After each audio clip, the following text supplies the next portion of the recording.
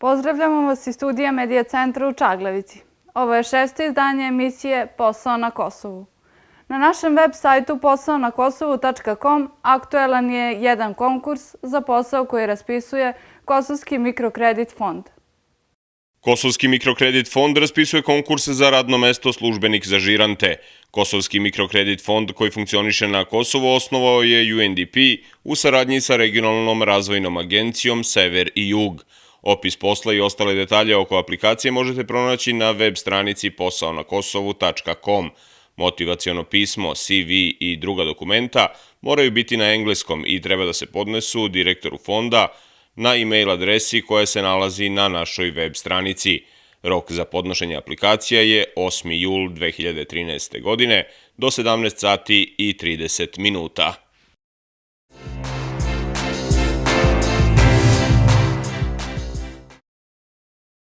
U narednim minutima čućemo dve priče o jednom uspešnom privredniku, frizeru iz Gračanice i nezaposlenom Aleksandru Vaniću iz Lapljeg sela.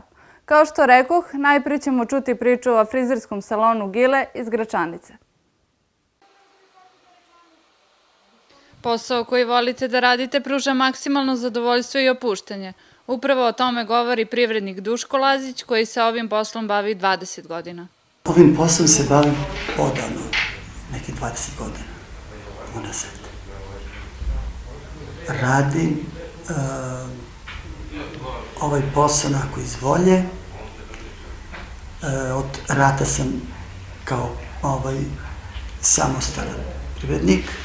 Inače radim i u srednjoj školi koja se bave isto ovim zanatom. Duško Lazić ističe da trenutno ima 3 radnika. Ranije ih je bilo više, ali zbog nedostatka uslova i sredstava bio je prinuđen da smanji broj zaposlenih. Ovde imam 3 radnika koji su uposleni i rade. Sad u poslednje vreme malo manjeg posla ima zbog same situacije i ovakvog stanja u kojem smo sada. Inače, ono je bilo stvarno haotično. Bile su velike gužve, ljudi su se baš onako dali uterivanje spremanju, što je to nekada bilo za naš narod ovde malo drugačije. Znači, sem toga što ovde u našem salonu možete da se podašišate i sredite za ženski pol, tako imamo i kolegu koji radi šišanje za muškarce, znači salon je muško-ženski, imamo i profesionalnog šminkera i manikira.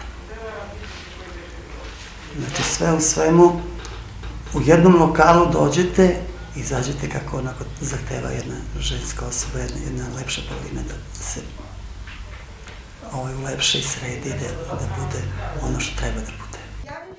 Ovaj privrednik navodi da u poslednje vreme i nema baš posla, ali izlazi u susret svakome ko želi da nauči ovaj zanat, bez obzira na neadekvatne uslove. Pa za sad ne, zato što, kažem, mnogo nas je malo. I malo se više otvorilo salona, tako da i dosta našeg naroda odlazi za Prištinu.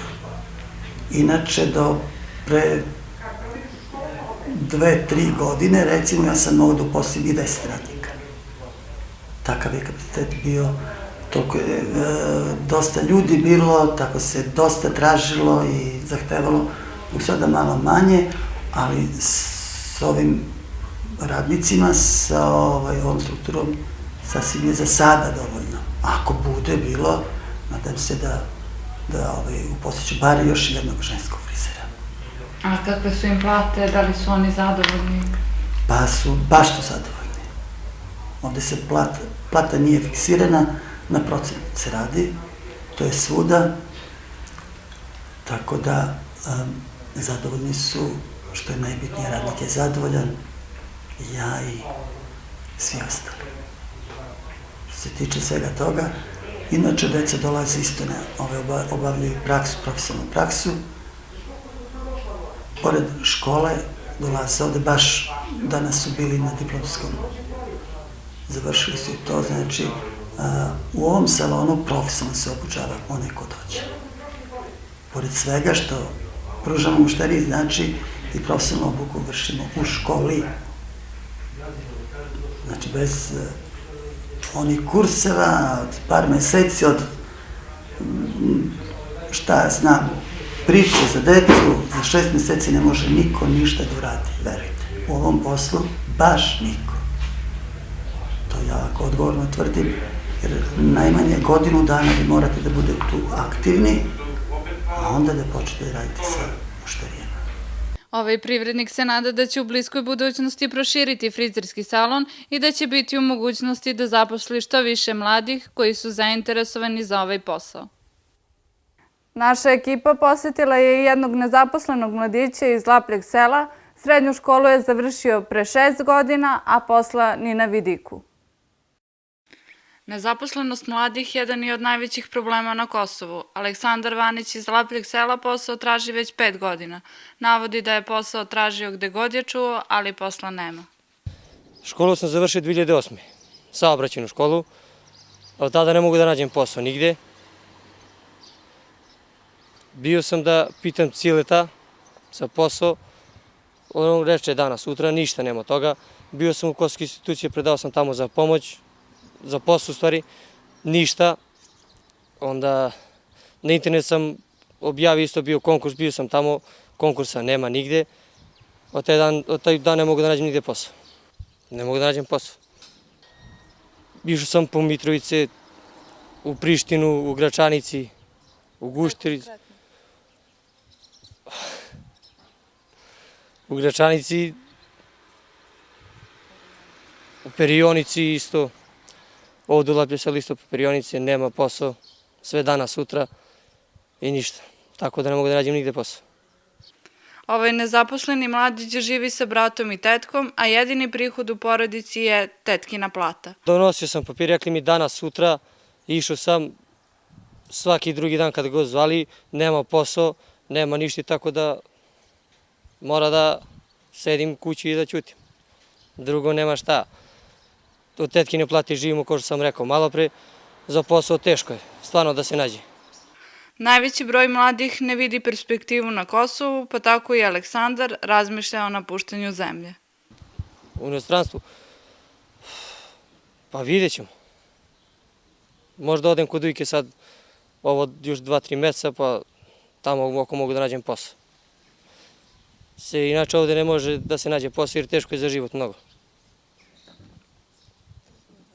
Jedva preživljavamo. I pored svih poteškoća na koje je nailazio, Aleksandar ne gubi nadu. Nada se da će upornim traženjem ipak doći do posla. Toliko za danas u emisiji Posao na Kosovu. Ukoliko imate zanimljivu priču iz oblasti zapošljavanja i privrede ili ukoliko tražite ili nudite posao, javite nam se na adresu posaonakosovu@gmail.com ili nam pošaljite pismo na Medija centar Čaglavica za emisiju Posao na Kosovu.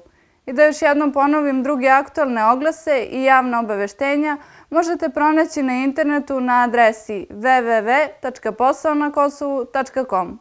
Vidimo se naredne nedelje sa novim poslovima.